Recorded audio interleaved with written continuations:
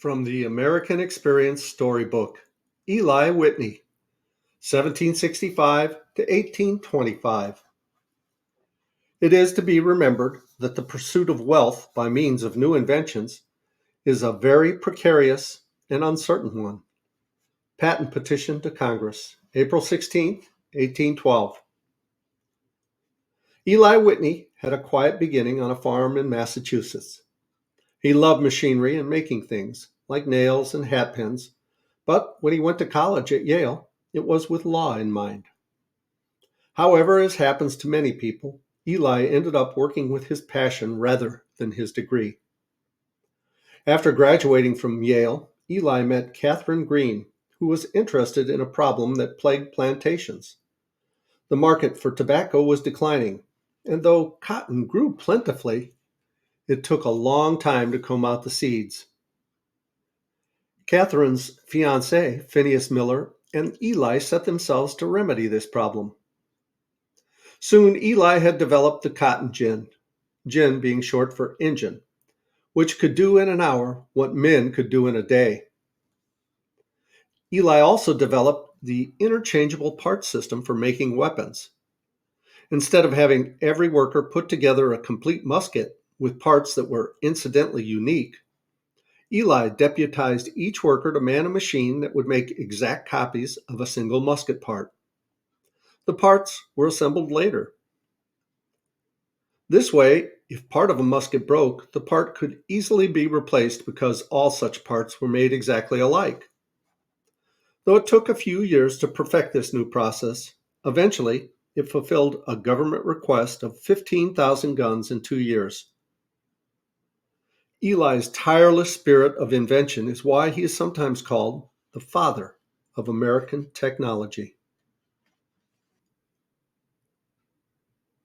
The following excerpt is from Great Inventors and Their Inventions by Frank P. Bachman, chapter Eli Whitney and the Invention of the Cotton Gin. Boyish Traits of Whitney. Eli Whitney was born in Westborough, Massachusetts in 1765. His parents lived on a farm and belonged to that sturdy class who provided well for their children and trained them to be industrious, saving, honest, and honorable. Virtues which boys and girls must have if they are to lead clean lives, to be useful, and be truly successful. As a mere boy, Eli had a passion for pulling things to pieces, to see how they were made and how they worked. His sister tells this story. His father's watch was the greatest piece of mechanism Eli had seen as yet. He was anxious to look inside of it and to examine the works, but was not permitted to do so. One Sunday morning, observing that his father was going to meeting and was leaving at home the wonderful little machine, he made believe that he was sick as an apology for not going to church. As soon as the family were out of sight, he flew to the room where the watch hung, and taking it down, he was so delighted with the movement of the wheels that he took it to pieces before he thought what he was doing. His father was a stern parent, and he would have been punished for his idle curiosity had the mischief been found out. He put the works all so neatly together, however, that his father never discovered what he had done, until Eli told him many years afterward. Eli was equally fond of making things. Our father, writes the sister, had a workshop and a variety of tools, also a lathe.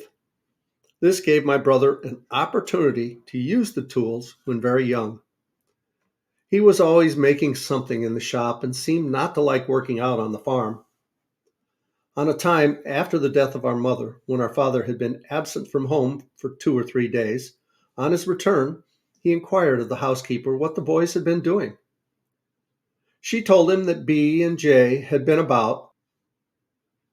"But what has Eli been doing?" said he. She replied, "He has been making fiddles." "Ah, I fear Eli will have to take his portion in fiddles."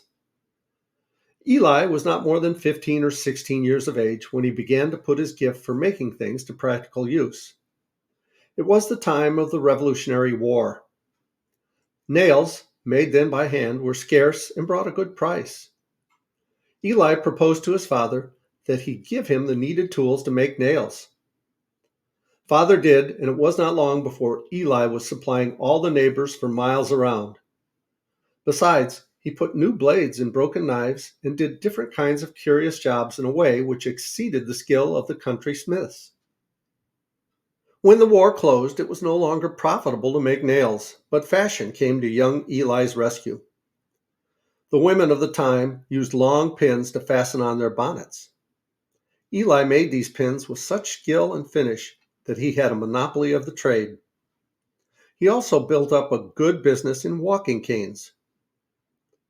When about 19, Whitney began to wish for a better education than could be obtained in the district school.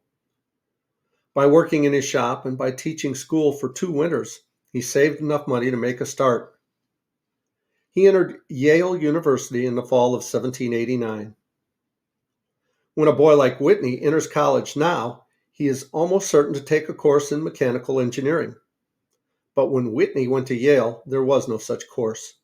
There was only one course, the classical, made up for the most part of Greek, Latin, and mathematics, with a little science. Though Whitney had no opportunity at Yale to prepare himself to become an engineer, he never lost his interest in making things.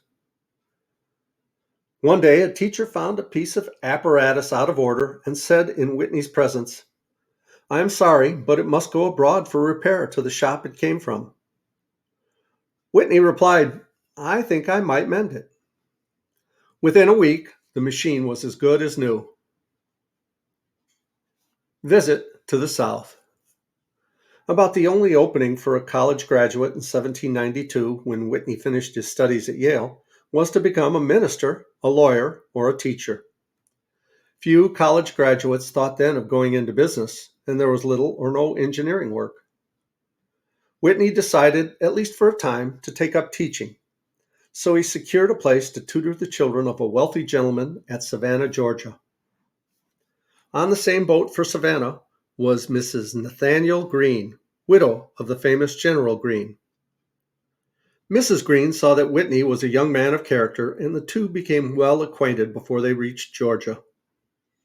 When Whitney arrived at Savannah, he found that his employer, instead of being willing to pay $100 a year and board for the teaching of his children, as he had promised to do, was now unwilling to pay more than $50 a year.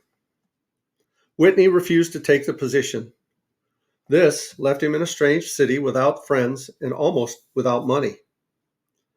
Mrs. Greene, on hearing of his troubles, invited him to her plantation some 12 miles from Savannah.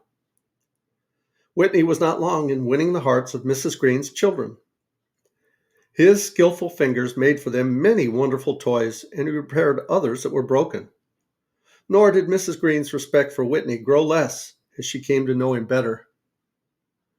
She soon learned also that she was entertaining an inventor of the first rank.